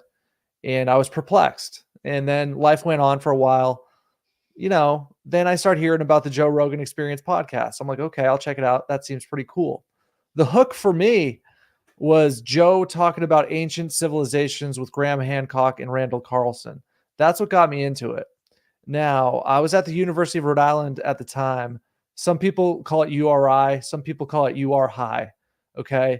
So I'm at UR High and I'm watching the Joe Rogan Experience damn near every day. Okay. All the interesting guests. I love it. There's all these interesting people. And I'm somebody who would watch on YouTube for the full 3 hours. So I'm getting the full Joe Rogan Experience. So life goes on. I graduate, whatever. I start this libertarian hip hop sports blog back in 2015. And I started to like aggregate different news articles, sort of like a drudgereport.com or maybe even a World Star, where I would take things and I would link to them. And it wasn't really working. I would get like 300 views a day to my website. It just was not working. And I talked to a local blogger, a guy who's like, he's big in this area. He goes by Turtle Boy, is his name. Pretty interesting individual. But I talked to him and he's like, dude, you got to start writing your own stuff. It's like, you got to start giving people a reason to go to your website. So I'm at work. Okay. I got this booth. I'm doing solar sales. Okay. I got this booth at this hardware store and people come in and I sign them up for free energy home assessments. Have you got your free energy home assessment yet today? Blah, blah, blah. Hopefully sign you up. You know what I mean? Schedule appointments, blah, blah, blah. So I fucking hated this job for the most part. I wasn't really into it. So I leave early, like 2 to 3 hours early. I bounced because I got an idea. I was like, I'm going to go home and I'm going to write the top 5 reasons to check out the Joe Rogan Experience. So I go home, I write that, I start tagging Rogan.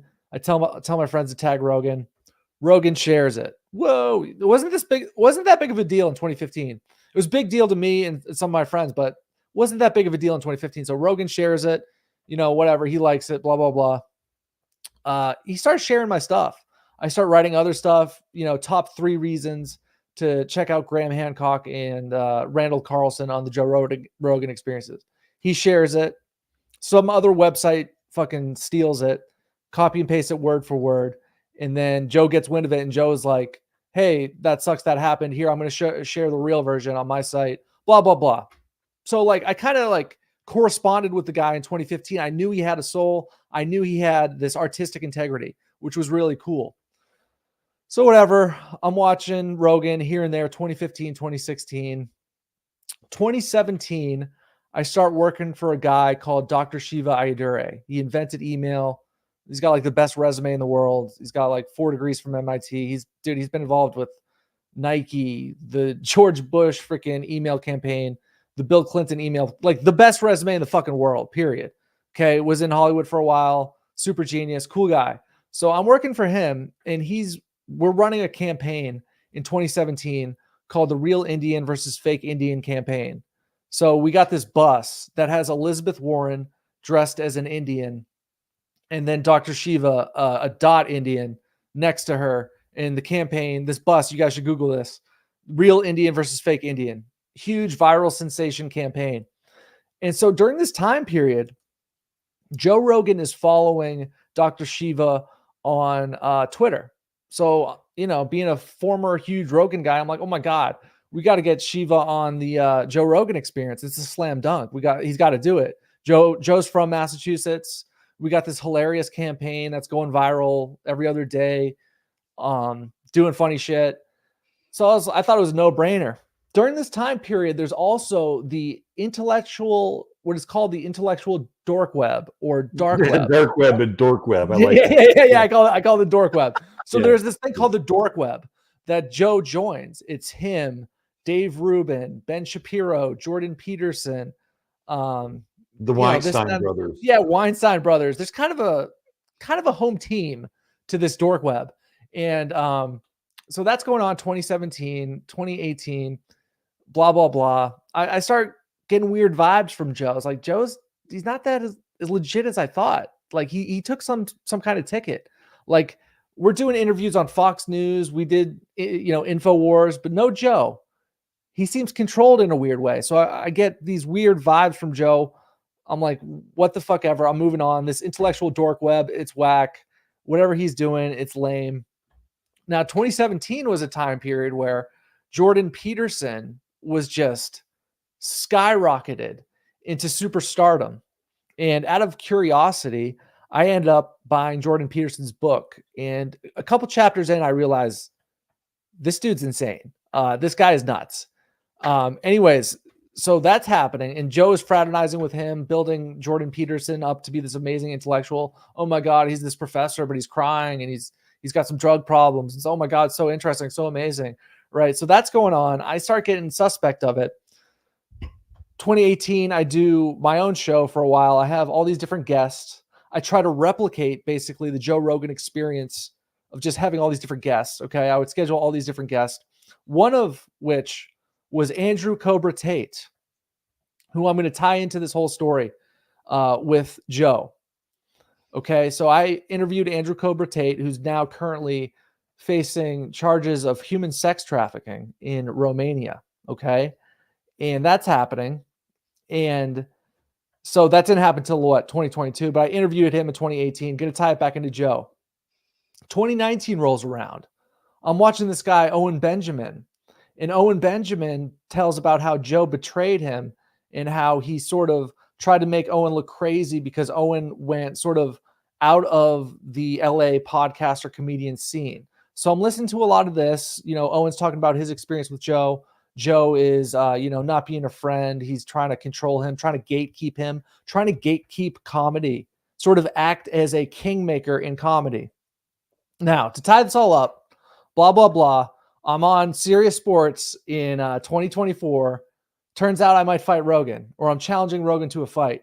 I think this is a very cool thing overall to do because everybody on the internet is kissing this guy's ass because they want him to be their plug.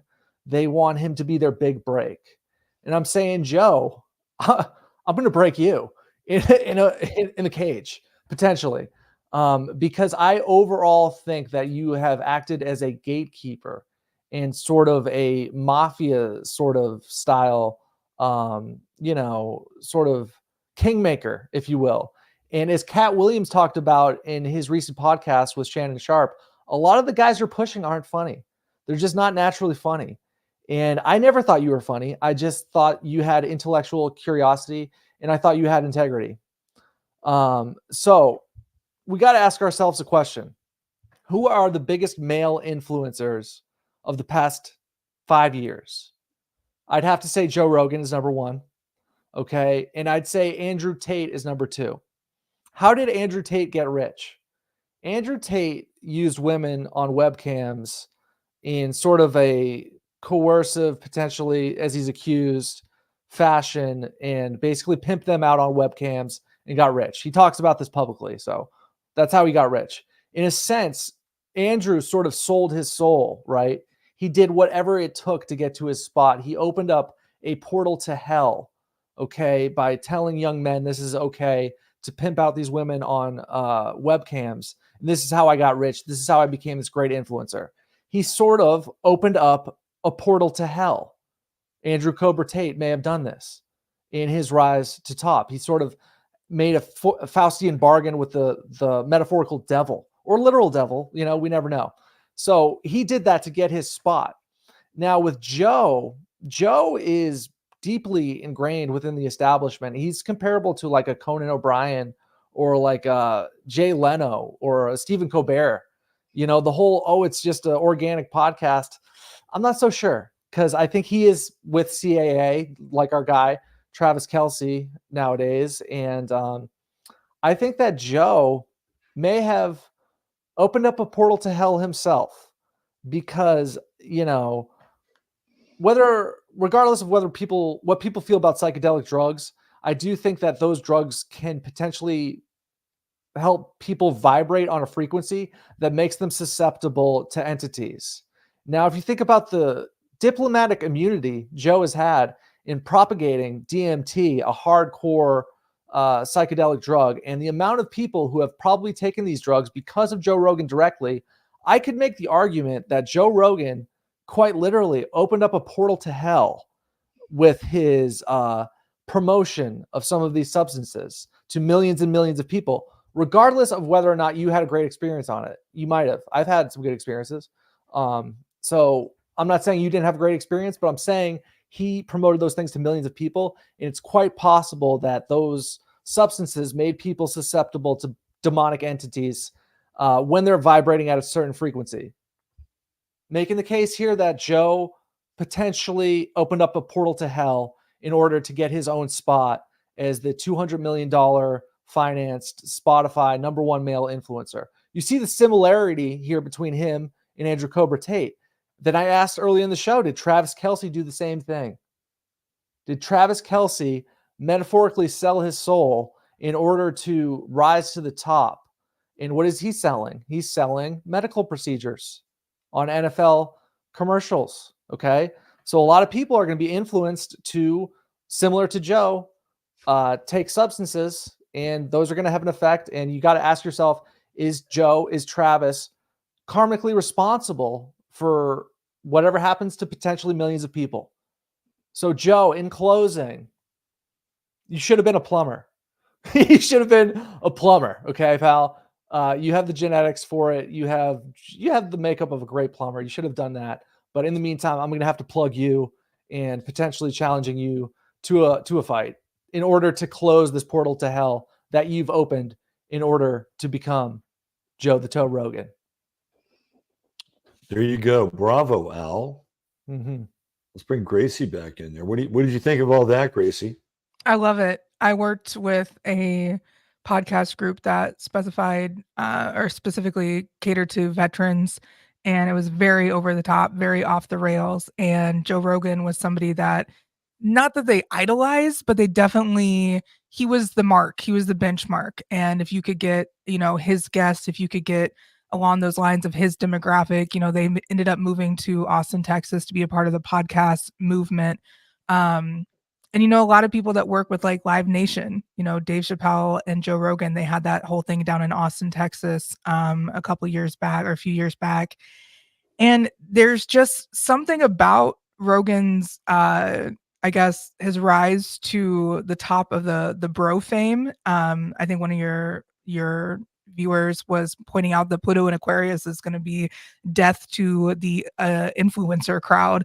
It's really about those false idols. And, if you open up things like that, I've taken psychedelics and I've accidentally heard television or something.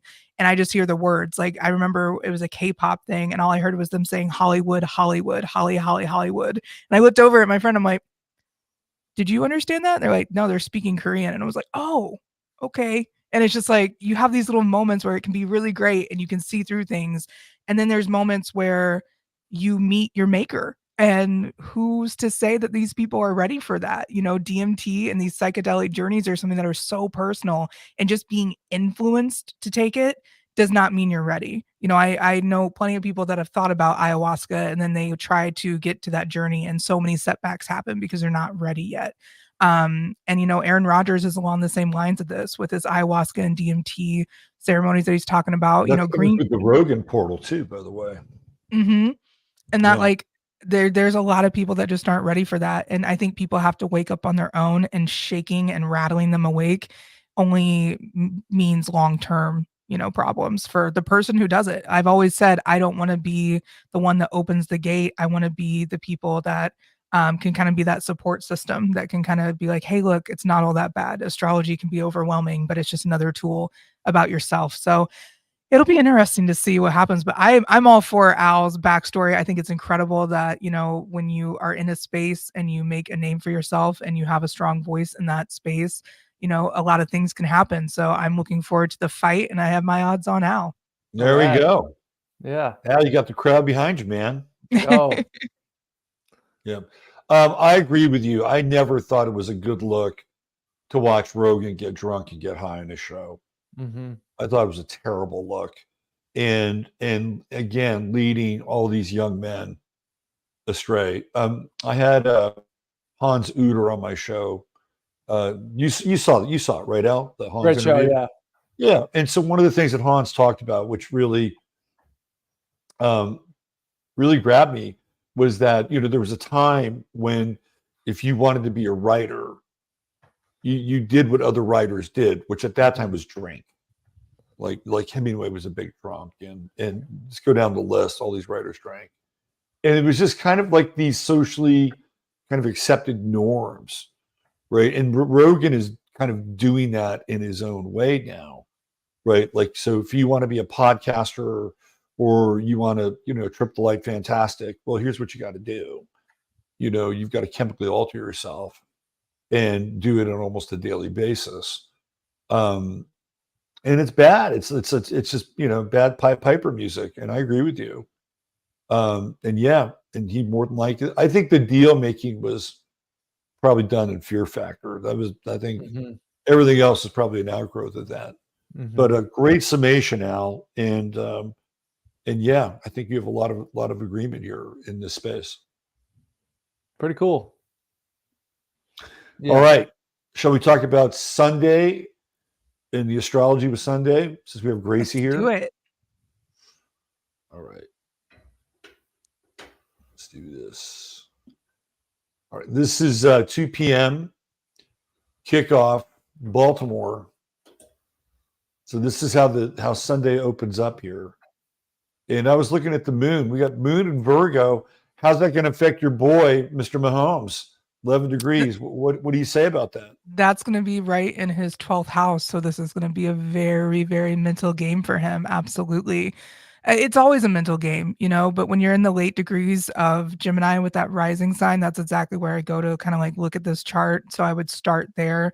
That's close to his midhaven. So this is going to be a really interesting game for him. It's going to be very, very public, and it's going to be either something that he gets into the groove and Mercury just helps him do his thing, or he lets his emotions completely overrun him, because that Virgo moon is so critical. I know so many people that struggle with nervousness and anxiety. And so seeing that in the 4th house kind of leads me to maybe that's more so on the Baltimore side. But definitely think that the Virgo moon's going to be impacting Mahomes quite a bit, just because he's an emotional guy, as I'm sure you guys have seen quite a bit. His 8th house ruled by Aries is just kind of a war zone for him when things aren't going right collectively. He really does have that tendency to implode mentally on himself. But also anger fuels him, and anger gets him through his best and worst moments.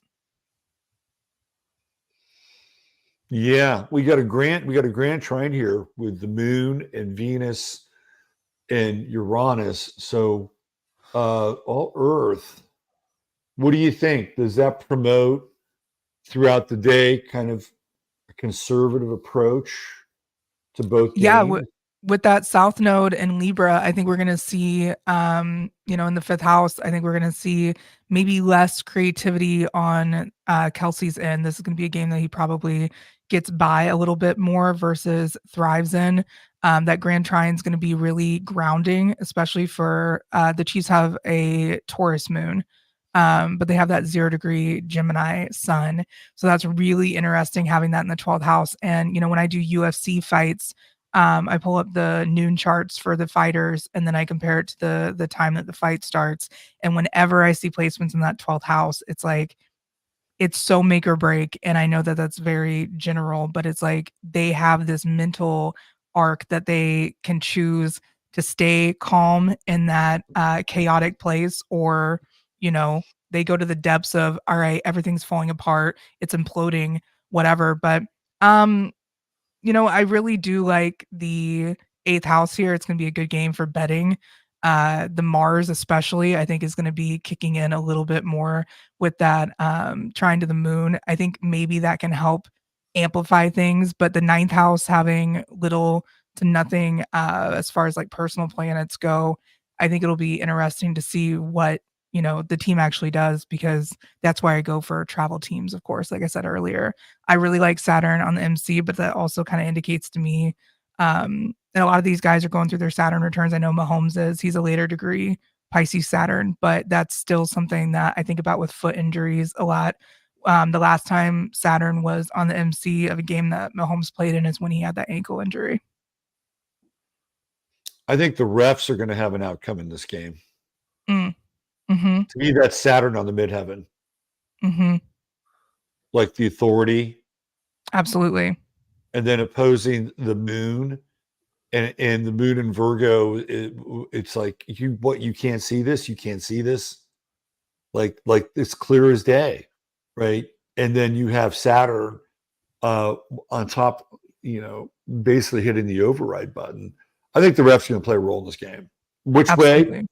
I don't know, but they're going to play a role. They're going to insert themselves into this game. Yeah, especially with that seventh house Cap Venus, I definitely see that being, I wouldn't say, tit for tat, but I would say that they're going to be a little bit more authoritarian for sure, especially with that, because the Venus and Jupiter, that trine, I feel like they might rely a little bit too much on ref. So I think we're going to see an overbearingness for sure. Okay, so high scoring or low scoring? What are your thoughts here? Gemini rising, square that Virgo. I feel like, yes, this is going to be a very mental game. So that's going to translate to keeping up with each other. And so I think it'll be high scoring in that regard. I think it's going to go a lot like the Buffalo game with score for score. I don't think it's going to be a huge margin. I don't see a blowout here by any means. I think it's going to be a high scoring game. Mm-hmm. You've got Jupiter squaring, that kind of pile up in the eighth house. Yeah, that's messy. And Jupiter squares tend to be over excessive, right? That's how I see Jupiter squares. It's just like, more, but not always good more. But it's like challenging more. So I would take the over in this game. Mm-hmm. If I were going to bet, I would bet the over. But I do think at a critical point, the refs are going to insert themselves in this game with Saturn. What do you think, Al? How's your chart reading going these days? It's improving every day. I pick up little things here and there. I'm always astonished at both of your abilities to just read it like it's a fucking book, like it's a paragraph. You know what I'm saying? That is sort of, I think that's God-given, to be honest with you guys. I think certain people just gravitate towards this thing and they can just boom, boom, boom. For me, I'd have to, if I were to give a chart reading on this chart, I would have to print that out, and I'd have, Priscilla Costello's book with me to sort of, go back and reference. You know what I mean? So yeah, I'm with you guys. I trust both of your reads on this. I wanted to bring up, this is not a complete version of Lamar Jackson's chart, because we don't have a time for the rising sign. But can you guys see this? Gracey, can you see this? Mm-hmm. So he has all these planets from Sag to Aquarius. And he's got that Mars true node in Libra conjunction, which is real opposite Saturn. Whew. Yeah. I feel like that might, but I've been looking a lot at, like I said, the UFC charts, and the constriction I feel like is a lot of the time Saturn making any sort of conjunction to the sun it feels so physically constricting.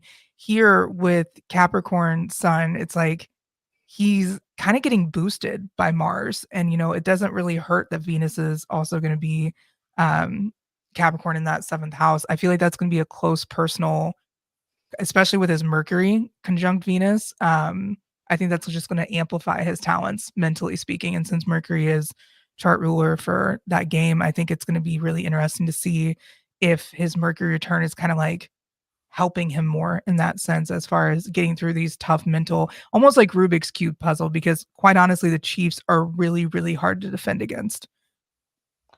He's got a Pluto Mars sextile. Like, that's a pretty intense aspect. Like somebody who doesn't give up. Mm-mm. Right. And I mean, I don't know what your feelings about sextiles are, but I see sextiles as an opportunity to learn from an opening in this lifetime. It's like an invitation, Mhm. right? Like engage in this, and this is what you'll begin to experience. Unlike trines, which are almost like baked in, you already kind of know how to do it. Yeah. Right. Trines kind of feel like you can lean back on them more. They're way more of a stability like that. The strongest aspect is a triangle or the strongest shape. And with sextiles, I have my sun sextile my moon, and it's just like I learned so much. 10th house versus 12th house, it's such a hard correlation between those two houses. And so I learned so much that it's okay to be vulnerable in the spotlight through that connection. And then also that it's okay to retreat from the spotlight at the same time. So I think sextiles teach you the polarity of the sign that they're in, just because you really get to learn that other side to things. Because Gemini can be just as obnoxious as Aries can be. It's all about how you channel it out. And I think with Lamar, he has this natural gift, and I would love to see his rising sign, just because it would determine so much more. But his Sagittarius, all that Sagittarius energy, it just means that he's solid from head to toe, and I think that he's going to have a really good advantage with being at home and having all that Capricorn behind him, whereas Mahomes kind of has it, I wouldn't say stacked up against him, but it could very easily make or break him. Yeah, he's very naturally he feels Capricorn as a person. He looks and Capricorn. What's that? He looks Capricorn. Yeah, he does. He really does. And for him to be Virgo rising, it kind of makes sense to me, because Mercurial and that Saturnian look are very similar at times, especially with Capricorn's cheekbones.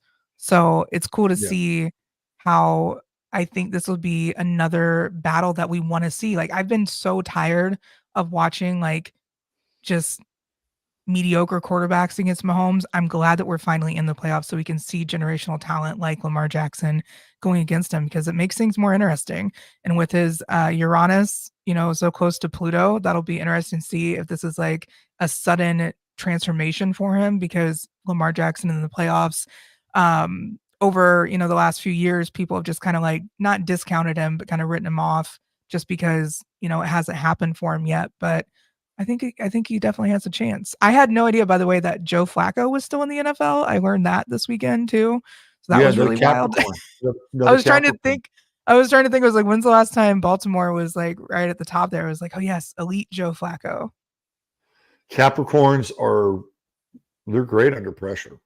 And Aaron Rodgers, with all of his Sagittarius energy, he has that Capricorn MC, and it's like he should fit in right there with them. But I think with Sagittarius, they need that freedom and they need that room to really expand their wings. He needs to go off script. I mean, that's kind of his thing. Yeah, yeah. What do you, the chart is really interesting. It's a tripod, and it's a very uncommon chart. I don't know how many tripods you've encountered. Not many. Yeah, it's a very uncommon chart. His mother is his manager.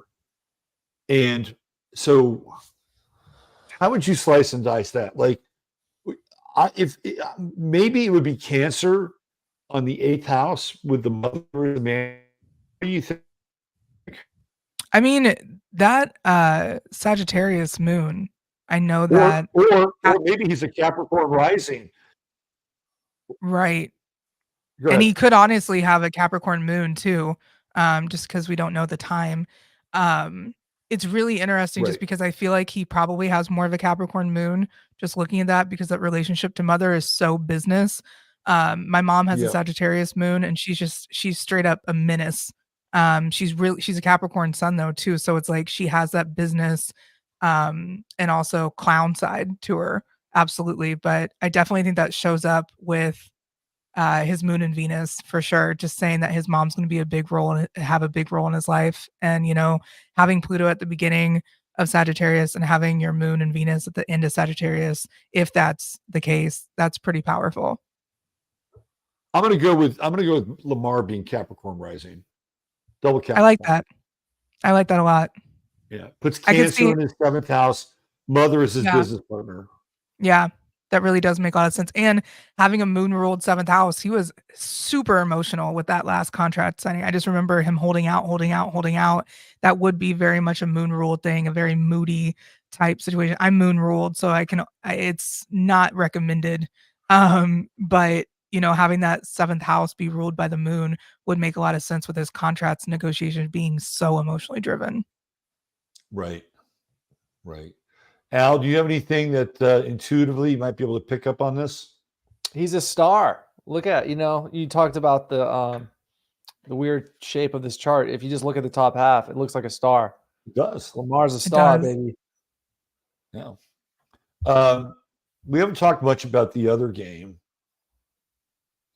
We have Jared Goff, Libra. He totally looks like a Libra, by the way. Totally. Yeah.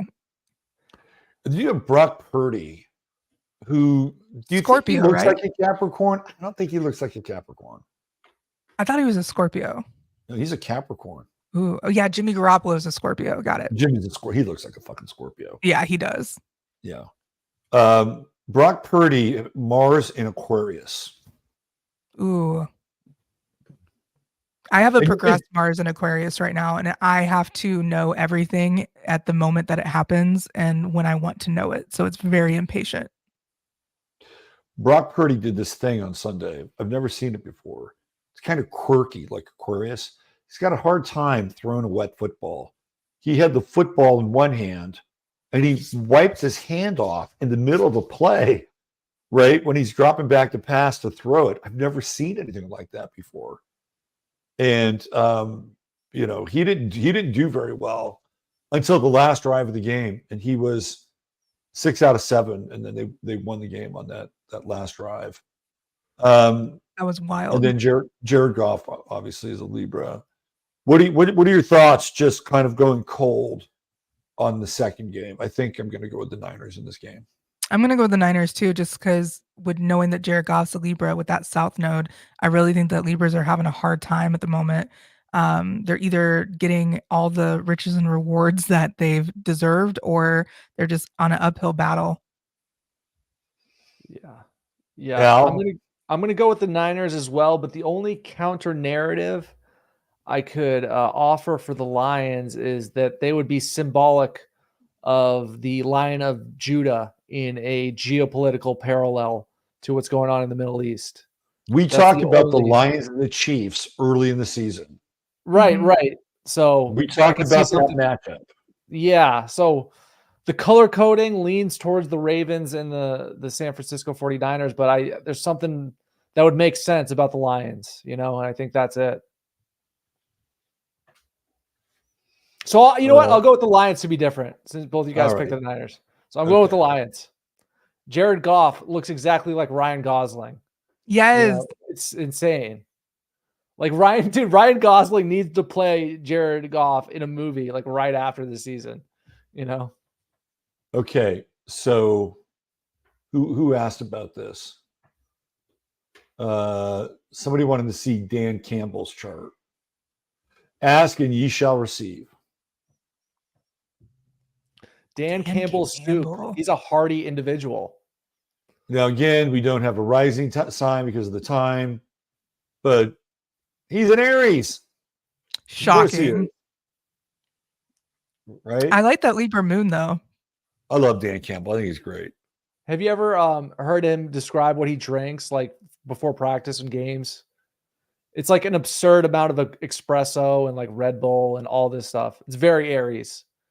is Right. what he It drinks. He's calms got us that Mars in down. Cancer, which is interesting. Mars and Cancer, that's a very underrated placement, especially, I mean, being an NFL coach with a Mars and Cancer, that's pretty wild. I bet Looks his like mom's tougher than him. he's got a Pluto trine with that Mars. Mm-hmm. That's pretty, and true note in Scorpio. And that Mars is The square his moon. intensity is real. It's not an act with this guy. Nope. It's definitely not an act. Yeah, very different And I than think that Kyle Shanahan. mm, Kyle is Kyle's got this weird blend between Sagittarius and Virgo. that is a weird blend. It's a really weird blend, and he's really cerebral and very systems oriented, but he's also like really particular. Like somebody asked him, how come you didn't speed up in the end of the second quarter so you could get more yards and maybe score some points? And he was like, never crossed my mind. We had a plan. We wanted to get to a certain point at a certain point in the game, and that was it. Right? It was like, no hurry here. I mean, that's Kyle. Kyle's got his Sagittarian systems. Then he's got this like anal Virgoan attachment to them. Like there's no mutability with Kyle Shanahan, which is weird. I feel like Sean McVay would be a very intense, neurotic type to look at, just to see what was going on with his chart. Sean McVay's an Aquarian. Very revolutionary, his style of coaching. I love that. Aquarian, doesn't he? I think he does. Yeah. All right. So, Gracey, you got the Chiefs on Sunday, yes, right? I do. Al, where are you on Sunday?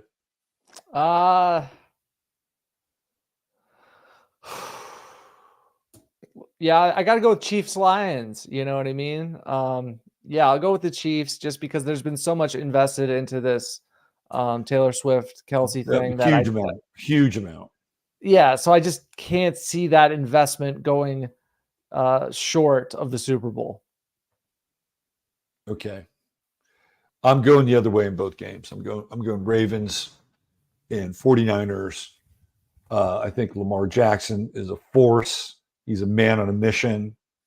And these two teams are slated to basically have a repeat Super Bowl from 2012. And, hopefully the lights don't go out.